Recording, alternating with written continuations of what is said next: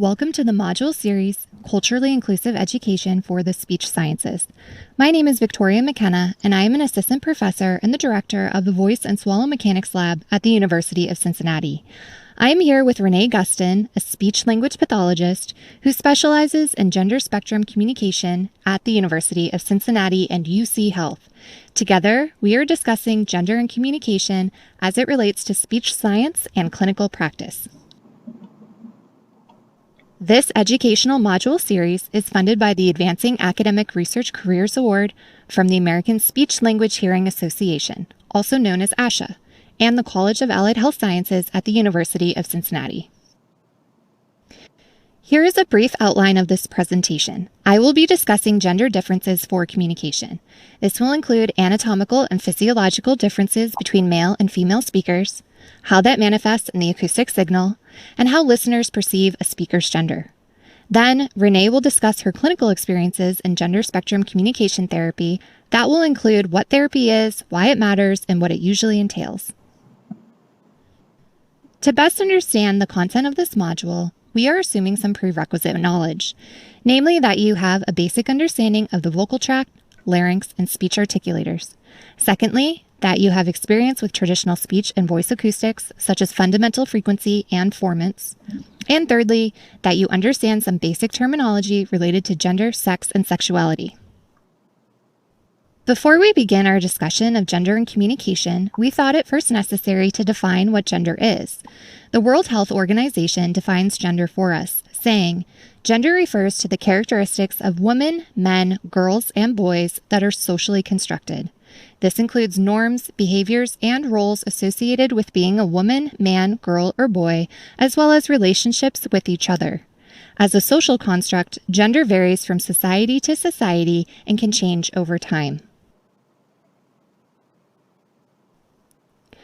We will focus on American culture and its social trends.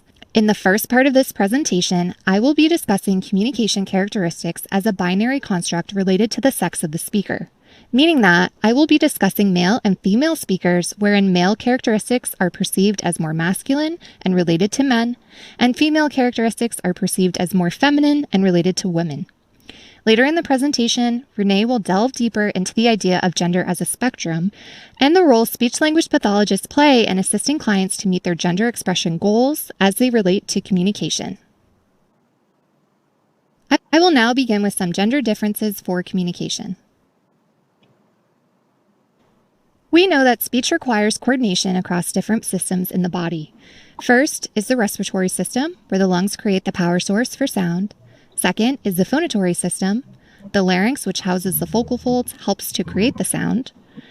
And finally, the resonatory system, that includes the structures of the vocal tract that help us to shape sounds into meaning. The vocal tract includes the pharynx as well as the oral and nasal cavities. This is also where different articulators can be found, such as the lips and tongue. As humans grow and develop, the size of the anatomical structures for speech and voice change. The changes to the system are dependent upon the sex of the person, that is, whether or not they are male or female.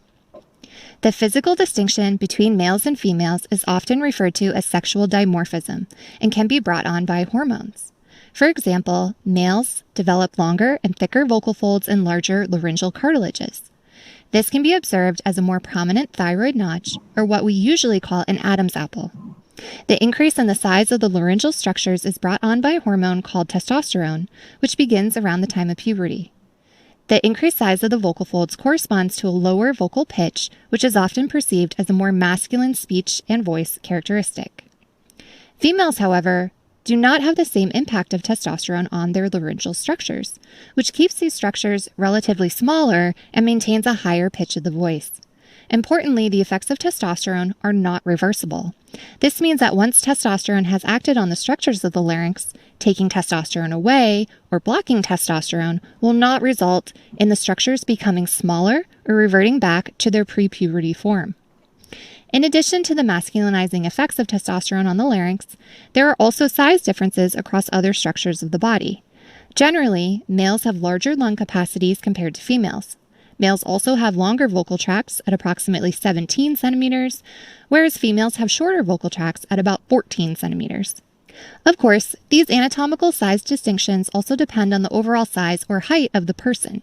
There can still be overlap between males and females, but the characteristics outlined on this slide are a general guide for you. The physical characteristics of the lungs, larynx, and vocal tract impact subsequent acoustic measures of speech and voice. Pitch, resonance, and vocal quality are three areas that have been shown to be different between males and females. Male speakers use a lower speaking fundamental frequency, or pitch. Their average speaking pitch ranges anywhere from 90 to about 150 hertz, meaning that the vocal folds are vibrating approximately 90 to 150 times per second. This is due in part to the large size of the vocal folds for males. Also, males tend to speak in a more restrictive pitch range during conversational speech. Conversely, female speakers have higher speaking frequencies, at about 180 to 250 hertz, due to the smaller size of the vocal folds. Females also tend to use a larger range of pitch and intonation during conversational speech. Thus, higher frequencies and a greater range of intonation patterns are often perceived as being feminine. As mentioned previously, the length of the vocal tract is different between male and female speakers and impacts their resonance characteristics. Males tend to have lower formants and a smaller space between each formant.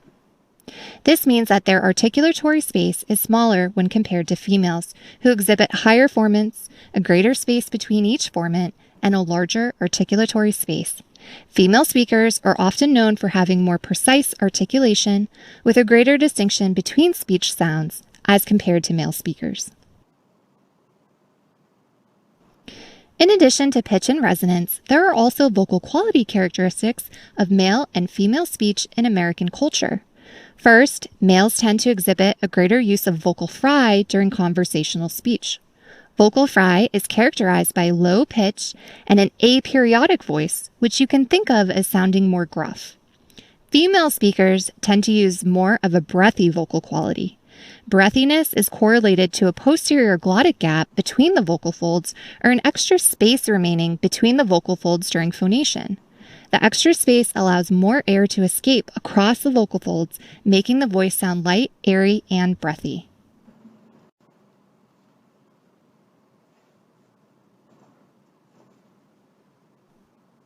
Previous research has investigated which speech and voice characteristics contribute to the perception of the speaker's gender. One study by Whiteside completed a controlled experimental design in which they manually manipulated speech characteristics from both male and female speakers. They took vowels produced by male and female speakers and linked their vocal pitch with the opposite gender's formants.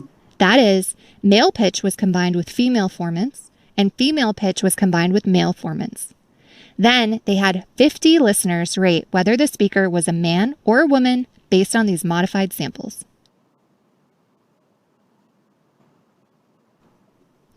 Results showed that listeners perceived samples with a male pitch and female formants as produced by a man an average of 94% of the time, with a range of about 78 all the way up to 100% of the time for the different vowels.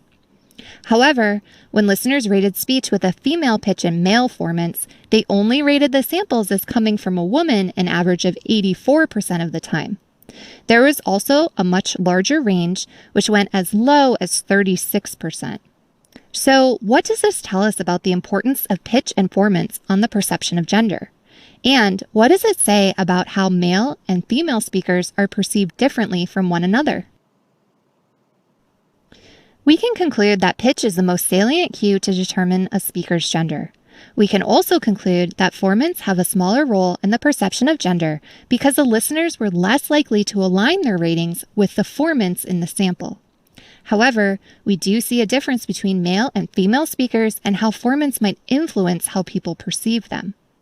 Speakers with female pitch but male formants will be inconsistently perceived as feminine. This has implications for how we address discrepancies between pitch and formants when completing gender-related speech and voice therapy services.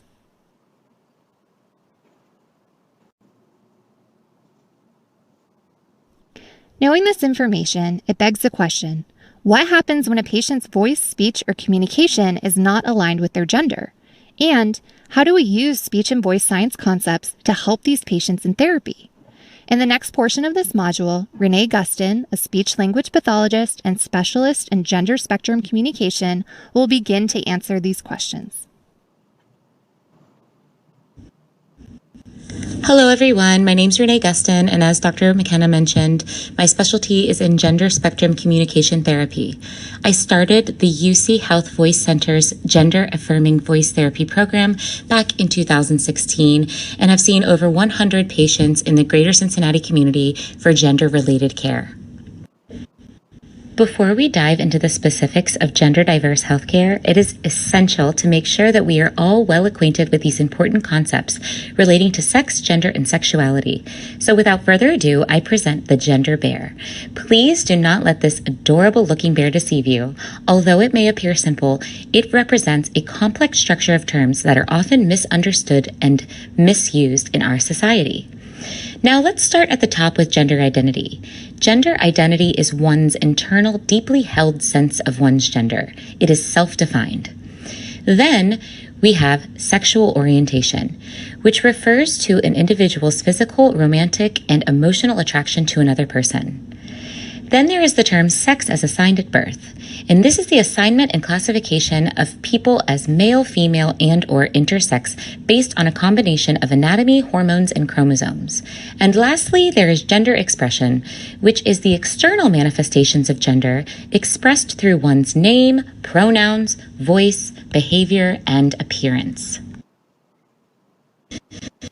Now, it is also essential to understand why therapies for gender diverse people are so important and sometimes, frankly, life-saving.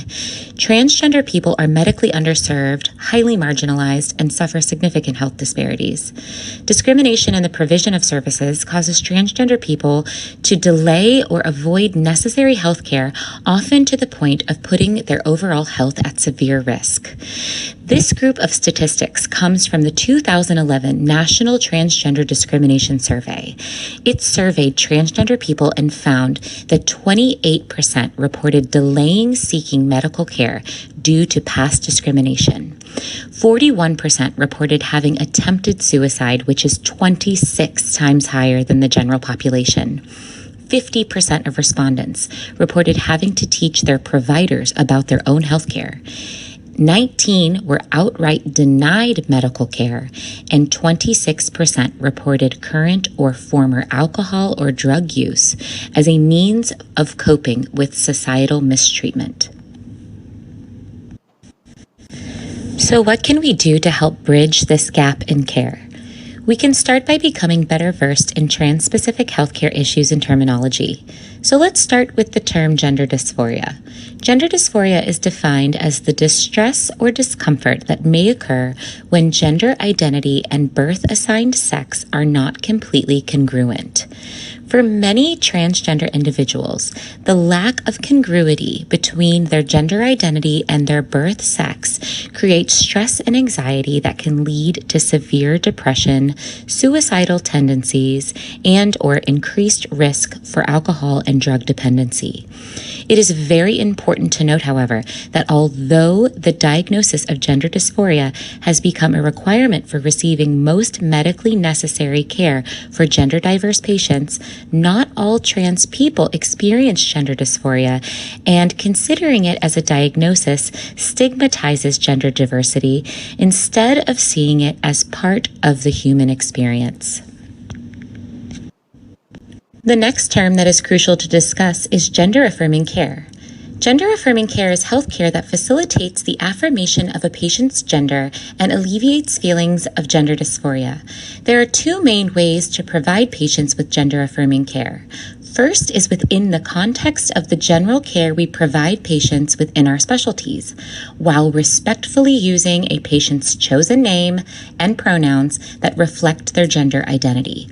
An example of this kind of gender-affirming care would be like when an audiologist fits a transgender patient for hearing aids, but does so while respecting that patient's pronouns, name, and gender identity. The second opportunity comes by way of addressing health concerns that are specific to transgender patients. An example of this would be like when a speech-language pathologist provides a patient with a course of gender spectrum communication therapy.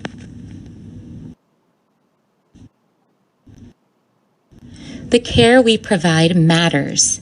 Accessing gender-affirming care has been shown to improve patients' quality of life by reducing the risks of rejection, discrimination, and victimization. Alternatively, patients who do not have access to gender-affirming care can experience significant stress and gender dysphoria, which is well linked with increased rates of anxiety, depression, and suicide. The moral of the story here is, through our role as clinicians, we really do have the opportunity to make a positive impact in the lives of this highly marginalized and at-risk population. Now, listed here are some of the more commonly used terms that describe gender identity. First is transgender, which refers to individuals that feel a disconnect from the gender they were assigned at birth based on their assigned sex. For example, a transgender woman is a person who was assigned the male sex at birth and identifies as a woman, and a transgender man is a person who was assigned the female sex at birth and identifies as a man. Second is cisgender. Cisgender refers to a person whose personal identity matches their assigned gender at birth. Then the next term is non-binary, which is an umbrella term covering all gender identities and expressions outside of the gender binary of male and female. Non-binary persons may use the gender-neutral pronoun they in the place of she or he. It should be noted that this list is by no means exhaustive. There are many other gender-related terms that are important to learn. Some of those other terms include gender fluid, gender queer, and gender non-conforming.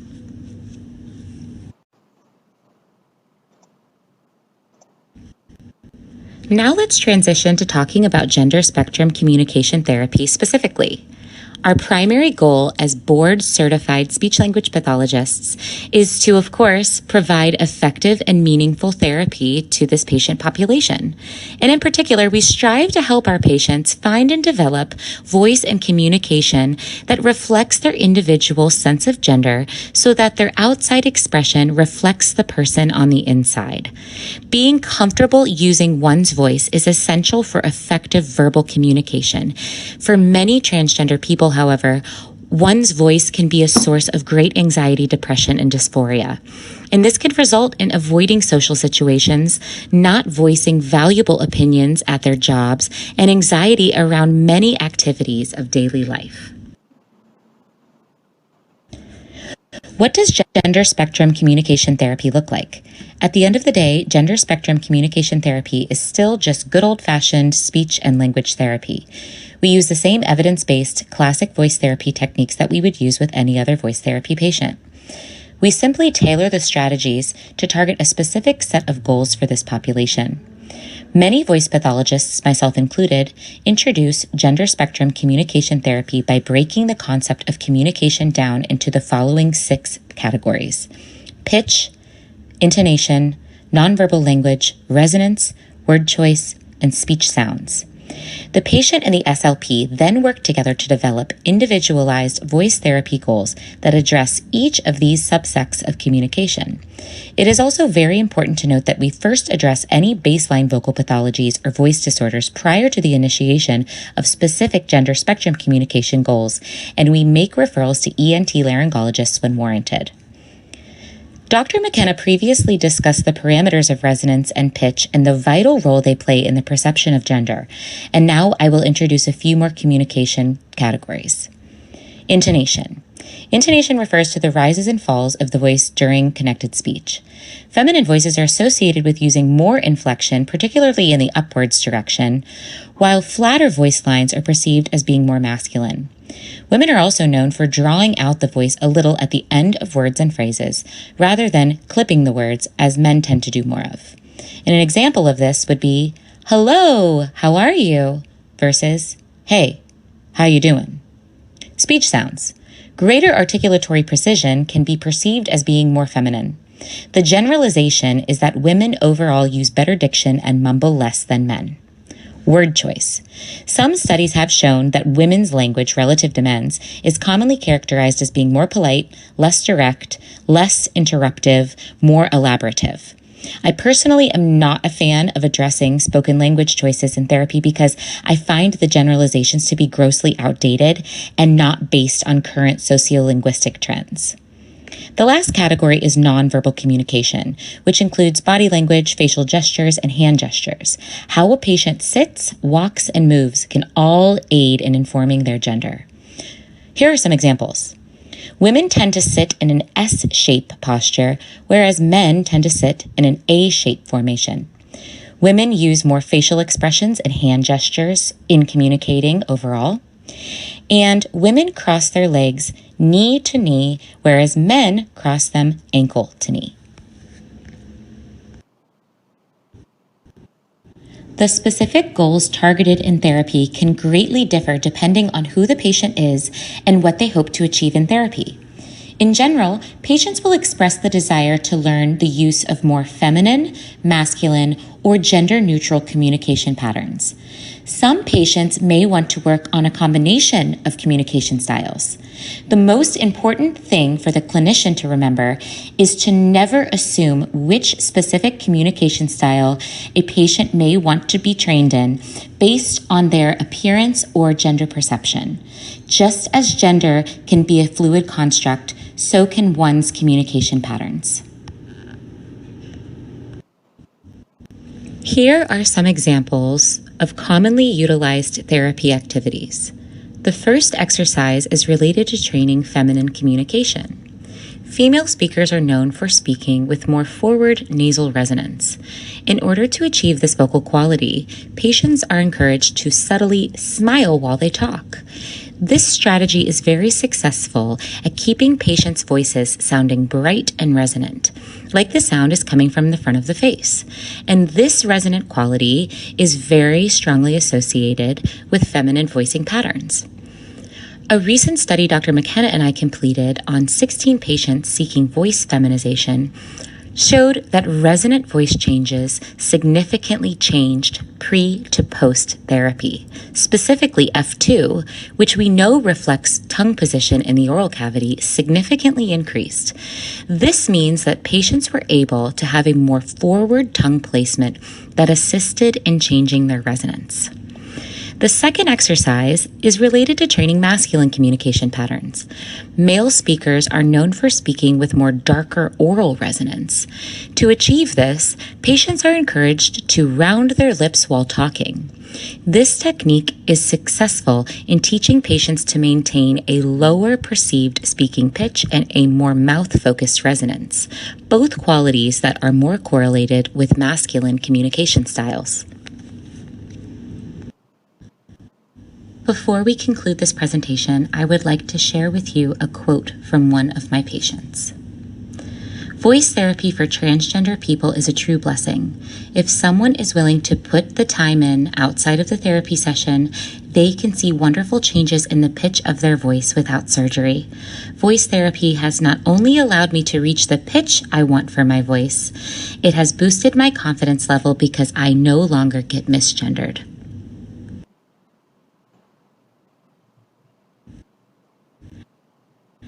Gender identity is just one part of who we are. How someone is perceived can impact their view of themselves and their quality of life. Gender-related communication therapy uses speech and voice scientific concepts to shape the speaker's communication to meet their expression needs. Please find a list of references used during this presentation on this and the next slides.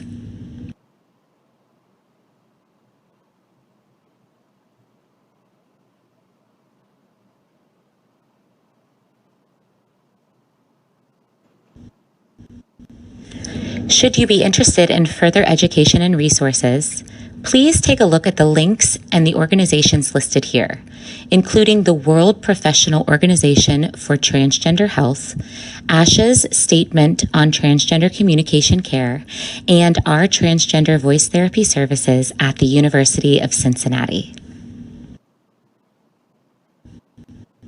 Thank you very much for your time, and please feel free to reach out with any questions.